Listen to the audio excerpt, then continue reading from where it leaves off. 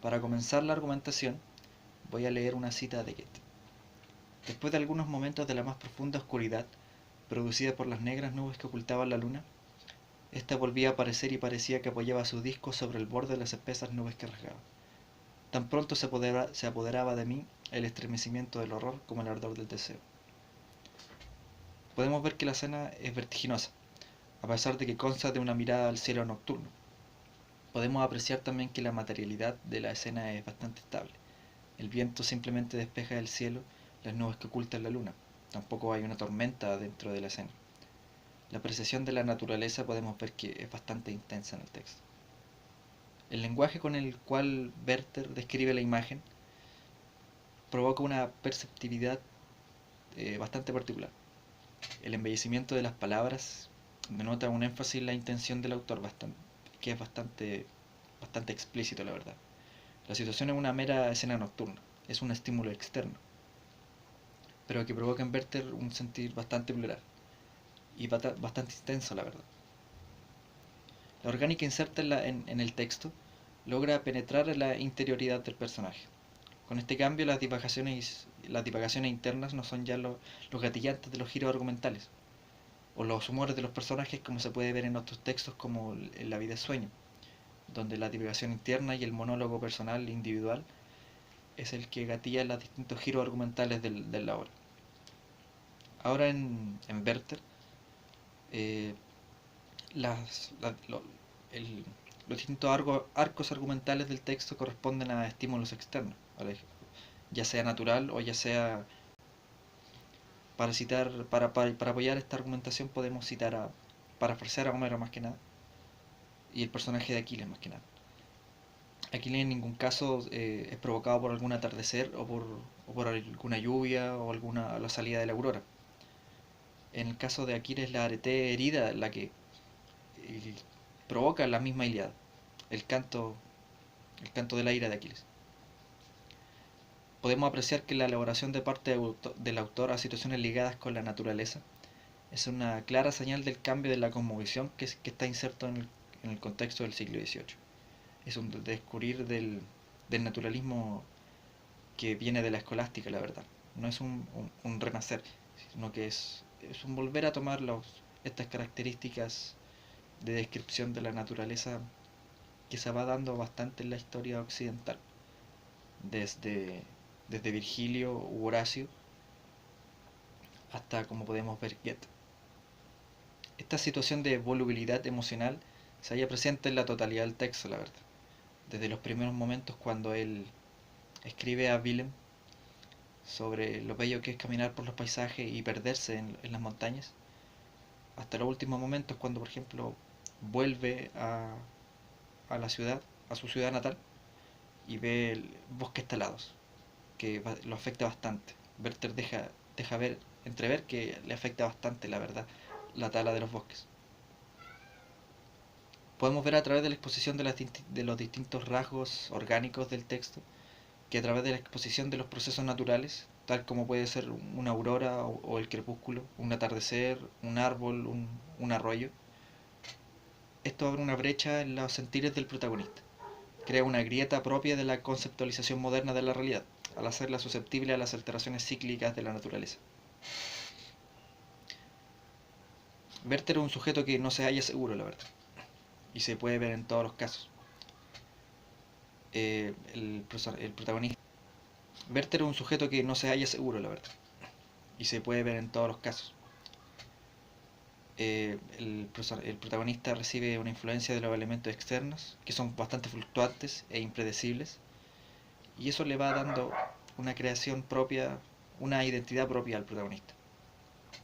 La propia existencia del protagonista se halla supeditada a las manifestaciones externas, siendo esto una característica bastante presente en las nuevas conceptualizaciones modernas presentes en la literatura, donde ya las divagaciones internas no son los gatillantes y es el estímulo externo, la materialidad externa la que produce los cambios argumentales, los cambios psicológicos y la progresión misma del tiempo en la novela moderna, en este caso en Wolfgang Goethe, con Las penas del joven Werther.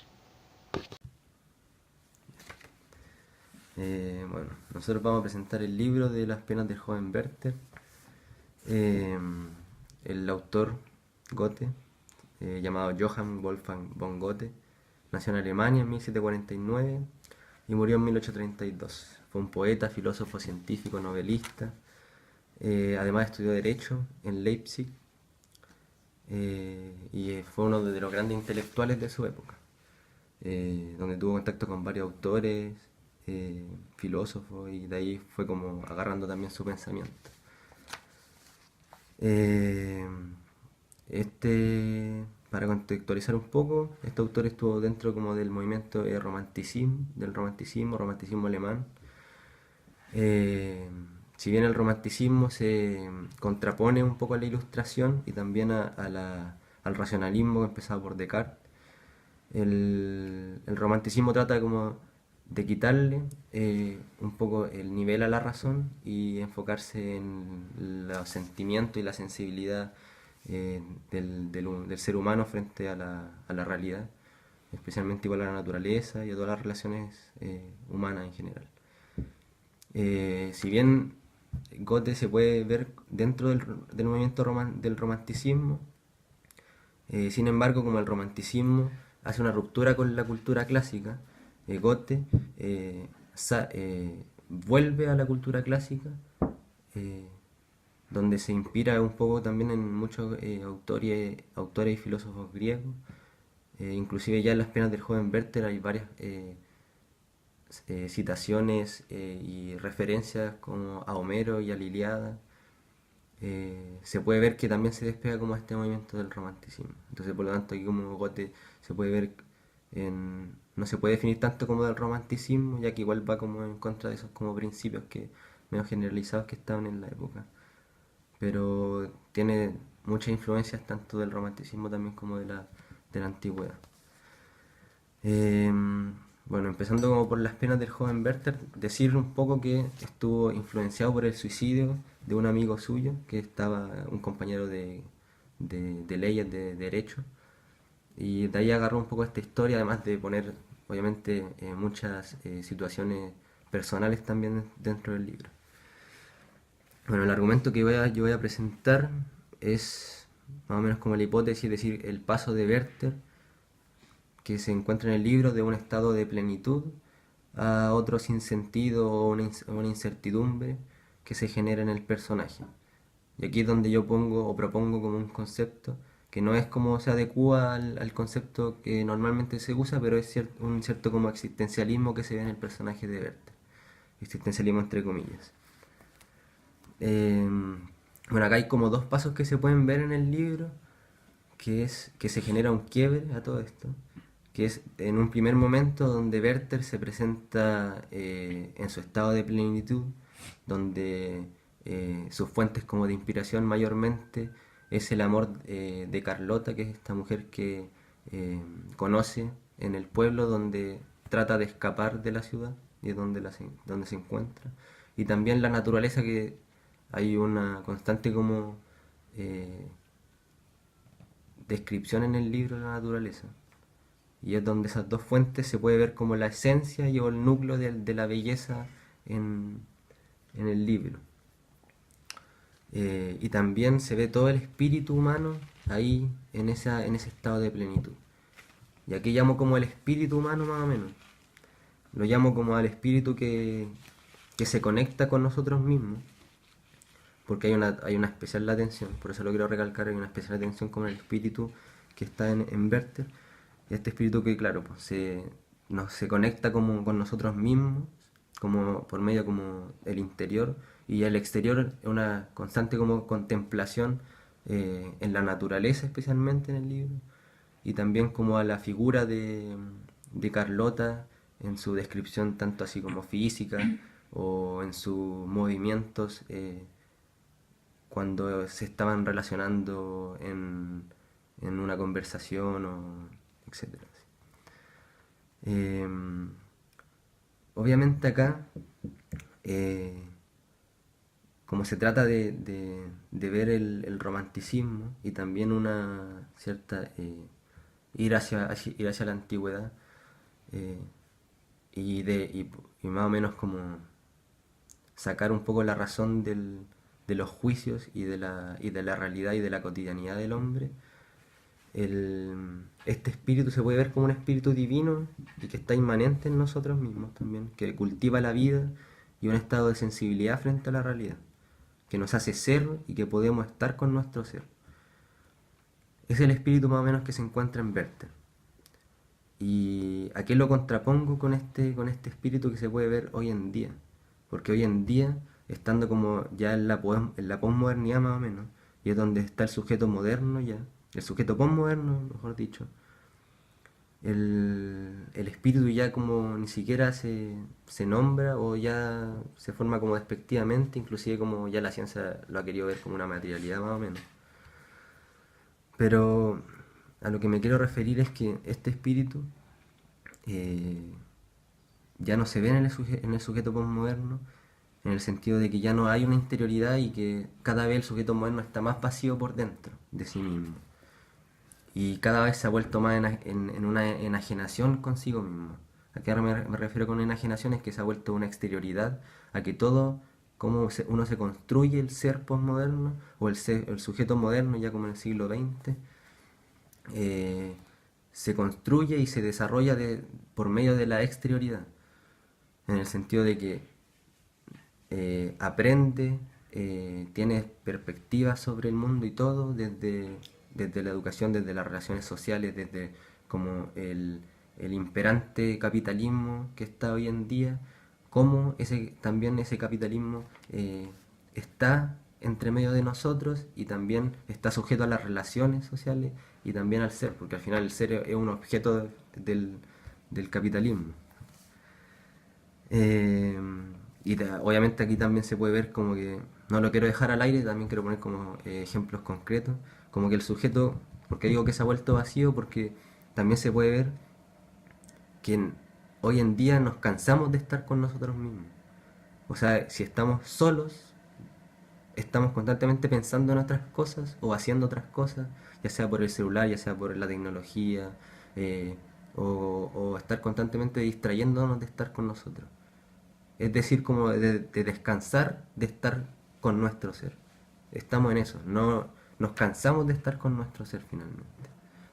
Y ahí es donde se ve como ese vacío. O sea, en contraposición aquí con Werther, Werther está constantemente como con su espíritu y en una contemplación constante como frente a la vida, a la naturaleza y a Carlota, donde está como nutriéndose de su interioridad, está como en una cohesión con respecto a lo que él piensa, y no como un vacío que se puede ver más adelante, igual como con el avance así desastroso de la modernidad y del capitalismo. Y ya pasando como al quiebre que se genera en este personaje de Werther. Es justo en el momento cuando llega Alberto, que es la pareja de Carlota, y donde Werther ya empieza el personaje a decaer y el espíritu además empieza a decaer como eh, hay una hay una frustración frente a la vida al ver que Werther no puede estar con su amada, ya que hay una barrera que sería Alberto, y como por la misma quizás como ética o moralidad si se puede decir, de Werther, él no puede traspasar esa barrera eh, para estar con Carlota. Y totalmente la belleza situada así en estas dos fuentes como de inspiración que es para Werther. Ya después con Alberto cuando se presenta en la novela empieza a decaer y empieza a ver frustrado su fin que es estar con Carlota y donde ya no encuentra mucho sentido a la vida, y es donde finalmente termina suicidándose el personaje. Y aquí quiero citar un poco el libro para ver este como cambio que se genera en el personaje. Y dice así, cito: ¿es preciso que lo que construye la felicidad del hombre sea también la fuente de su miseria? Este sentimiento que llena y rejuvenece mi corazón ante la viva naturaleza, que vierte en mi seno torrentes de delicia, y trueca en un paraíso el mundo que me rodea, ha llegado a ser para mí un insoportable verdugo, un espíritu que me atormenta y que me persigue por todas partes. Y mira, volviendo a la pregunta al principio, dice, ¿es preciso que lo que constituye la felicidad del hombre sea también la fuente de su miseria?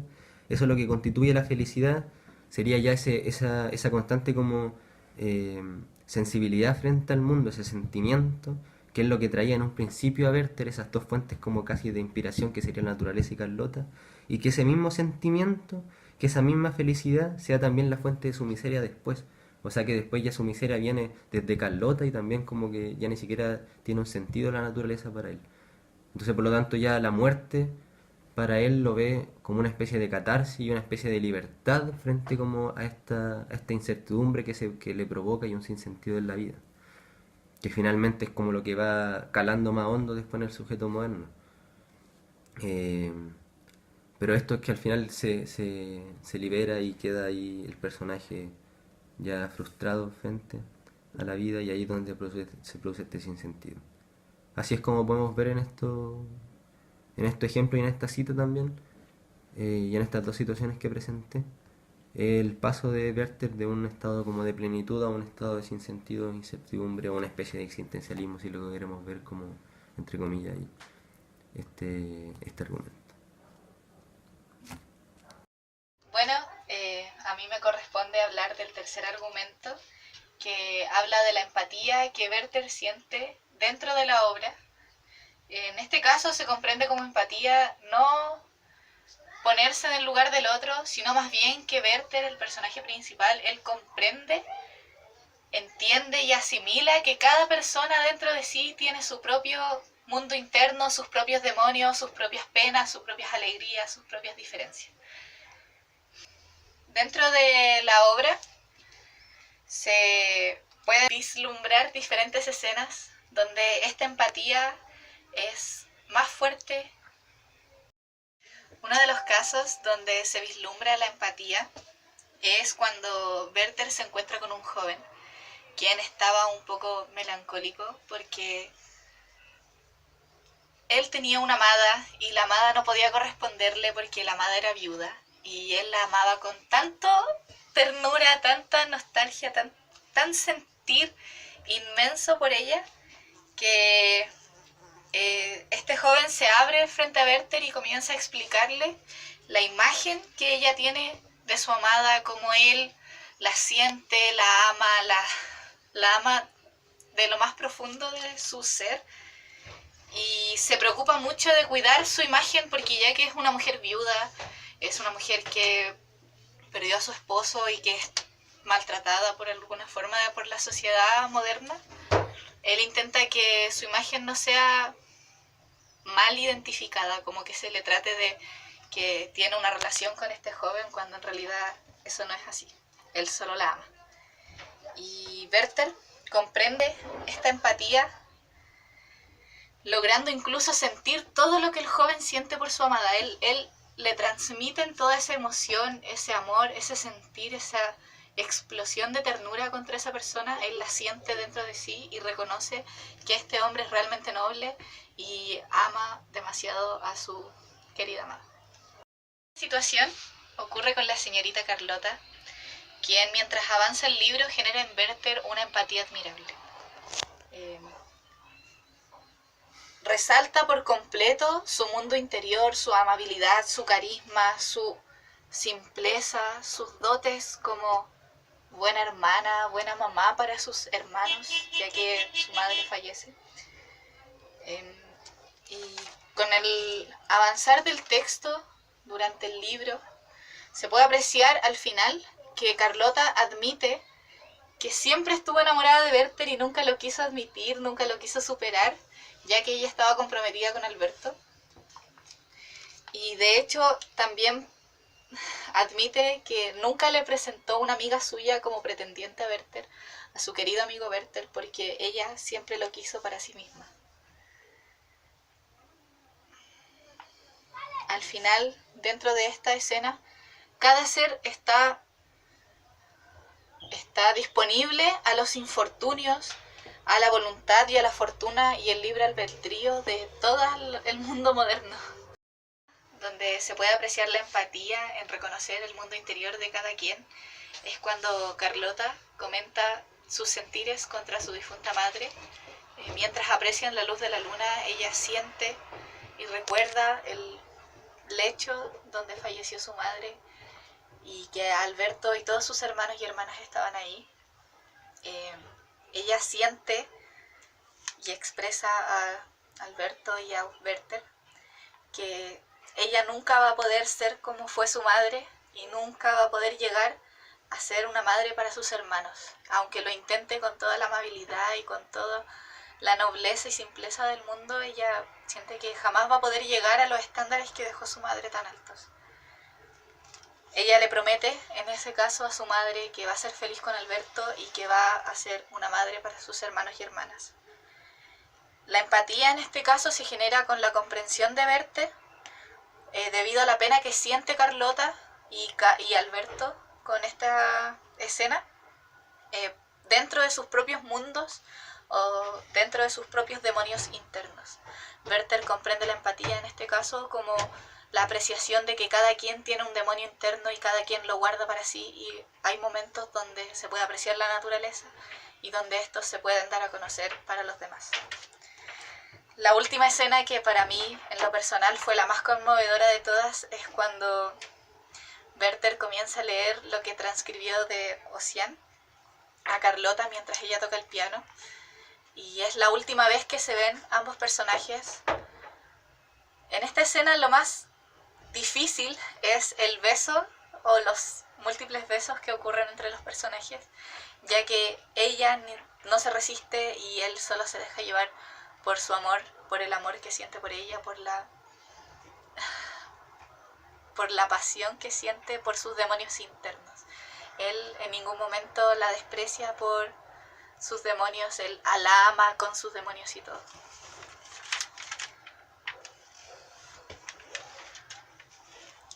La pasión mutua entre ambos personajes mientras se besan se vislumbra en toda la obra y por fin se desata en esta escena en particular.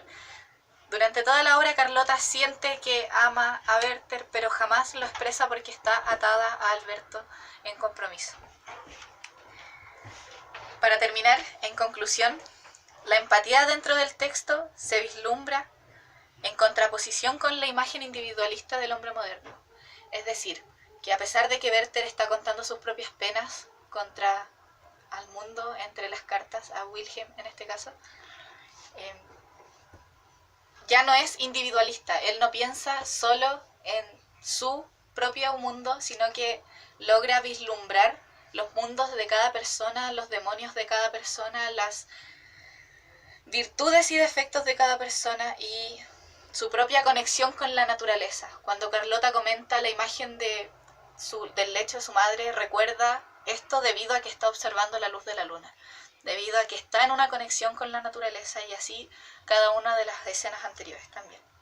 En fin, cada quien posee una encrucijada que atormenta sus almas, con la que se desenvuelven en el mundo moderno, un mundo vertiginoso donde la materialidad y el tiempo mismo se escapan ambos de las manos.